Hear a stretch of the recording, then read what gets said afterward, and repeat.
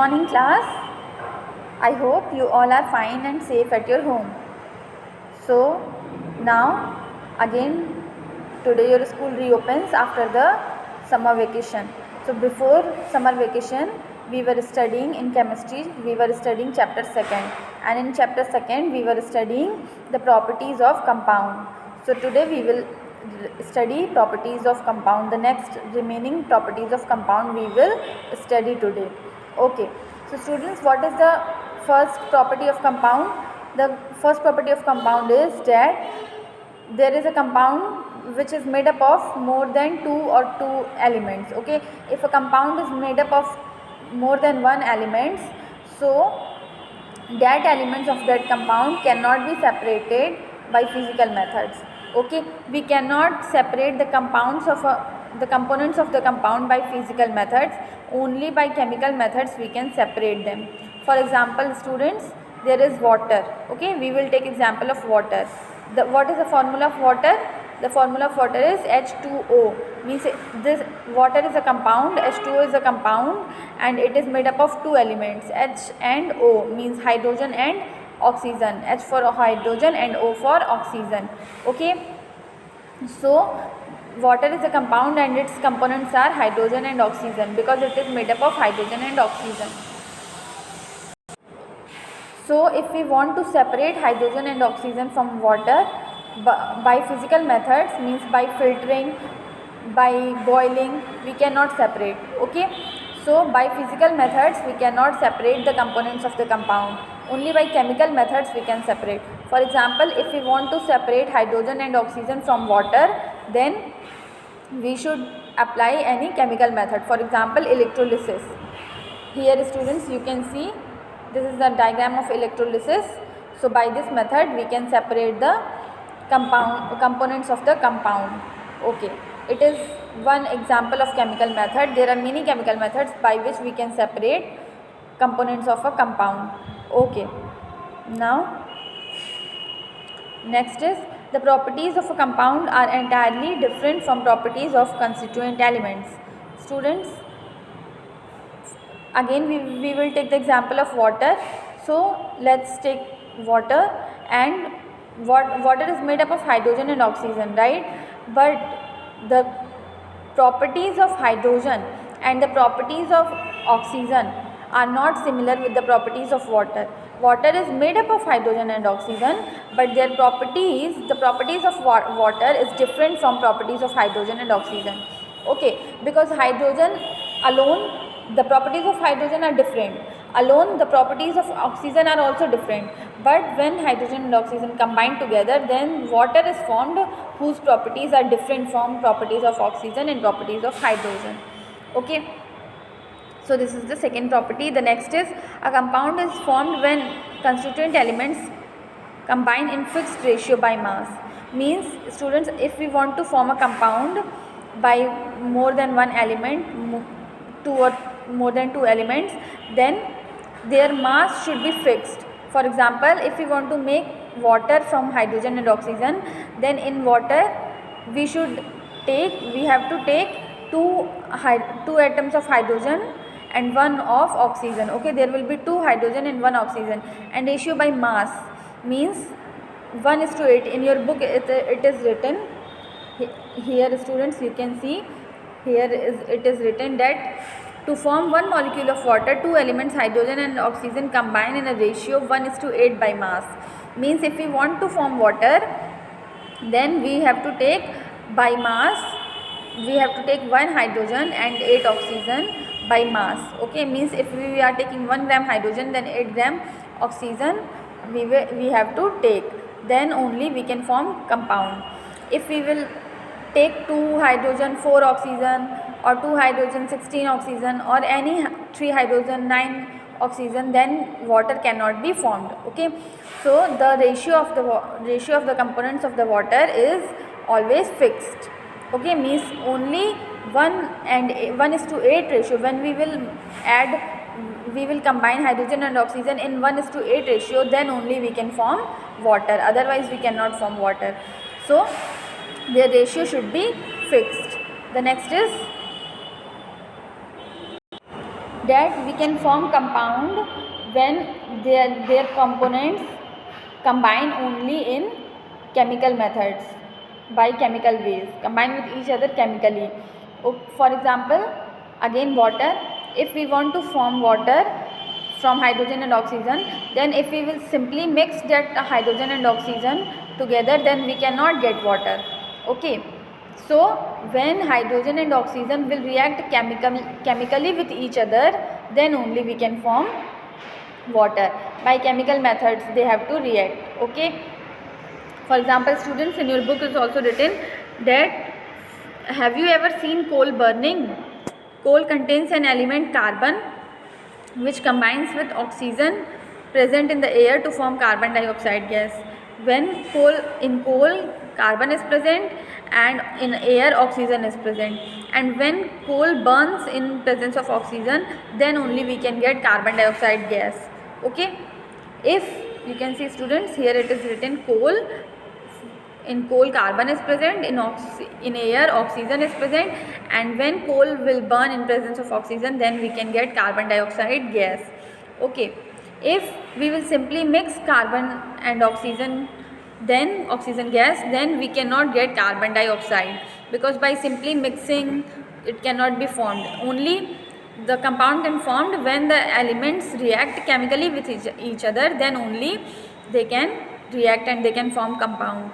Okay, in same way, magnesium when reacts with oxygen, then it form magnesium, burns in presence of oxygen, then it will form magnesium oxide.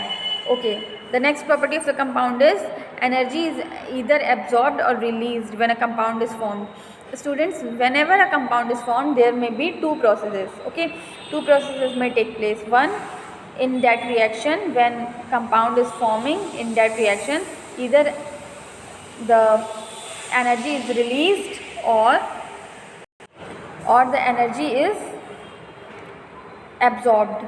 Okay, for example, let's see, when we burn, you can see, students, here, when we burn coal in the presence of air, a lot of heat produced along with the carbon dioxide gas.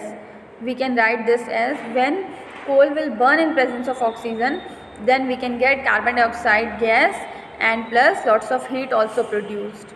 Okay, so in this reaction heat is produced. In some reactions heat is absorbed also. In same way, students, when magnesium burns in presence of oxygen, then also magnesium oxide is formed and heat is released.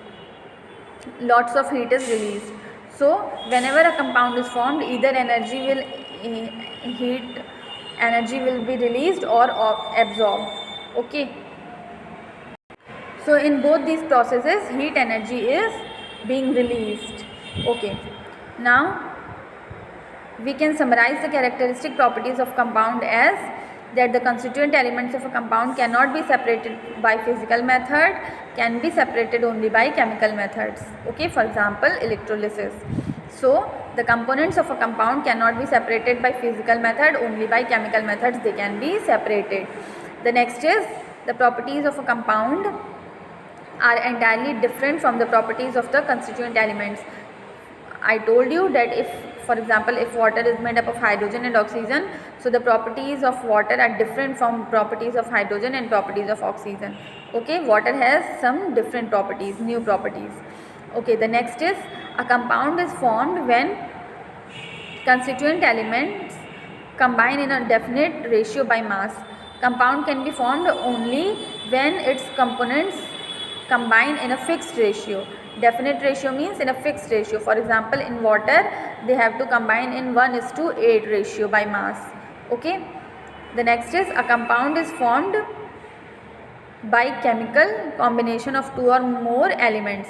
Compound can be formed only when in between those two components chemical reactions takes place, then only compound can be formed. By physical methods, if we will simply mix the two elements, then compound cannot be formed. Okay, the next is, a compound is formed by chemical combination of two or more elements, and the next is, energy is either absorbed or evolved when a compound is formed. Whenever any compound is formed, students, then at that time energy is either absorbed in that reaction, chemical reaction, or energy is released in that chemical reaction. Anything may take place, okay, either absorbed or released. Okay, so on this basis we can say that water is a compound because it is made by combining hydrogen and oxygen chemically. Means in water hydrogen and oxygen are chemically bound with each other. The next is it is formed when hydrogen and oxygen are combined into fixed ratio, that is 1:8 by mass. The next is when water is produced by burning hydrogen and oxygen, heat and light are produced. Okay. Water cannot be separated into its components hydrogen and oxygen by simple physical method, but it can be separated by chemical method. For example, electrolysis. Okay. So water cannot be separated into hydrogen or oxygen by physical method, and it can be separated only by chemical methods. The next is the properties of water are different from the properties of hydrogen and oxygen. So students, in this video we have studied all the properties of compounds. Now activity 2 is there is activity. Let's see what will happen in this activity. To find out whether sugar is a compound or an element. So we will find in this activity, we will find that sugar is a compound or it is an element. Okay, so what are the materials required? What things we will need to perform this activity? Sugar, one boiling tube, one holder and a burner. Okay. Procedure, what is the procedure? Take some sugar in boiling tube. We will take some sugar in a boiling tube and we will hold that boiling tube with the help of a holder. Okay. These boiling tube and holders are apparatus which are present in chemistry lab. Okay. In starting of the chapter first, I told you about all the apparatuses. Okay. So, and careful, we will take sugar in a boiling tube and after that we will hold that boiling tube with the help of a holder and we will boil. We will heat that sugar in that boiling tube. What will happen? Students, observation. Let's see observation. On heating, sugar melts and changes into brown color. Okay, when we will heat sugar, it will change into brown color and fully gets changed to, after some time it will change into black color substances. This black color substances is nothing, it is a carbon. Okay, when we will take sugar and heat it in burner, then firstly sugar will change into light brown color and after that it will change into complete black color substance. And what is this black color substance, students? This is carbon. Okay, the black color substance which will present in that boiling tube after heating sugar, that black color substance is carbon, and some vapors will come from that boiling tube. That vapors are water vapors. Okay, that in your book it is written also. See, water vapors are seen rising which condense near the top of the boiling tube to give small water droplets. Okay, at the base of the boiling tube there is a carbon and the vapors which come from the boiling tube, that vapor is water vapor. It means, what is the conclusion? Means that sugar is made up of 3 elements: carbon, hydrogen and oxygen.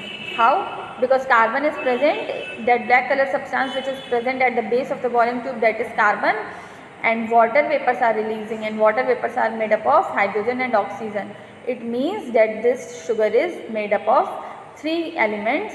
Sugar is a compound and it is made up of 3 elements: carbon, hydrogen and oxygen. Okay. Okay students, so today we have studied about the properties of compound and we have also seen an activity. Now on next turn we will start the next topic, that is molecule, properties of molecule. Thank you.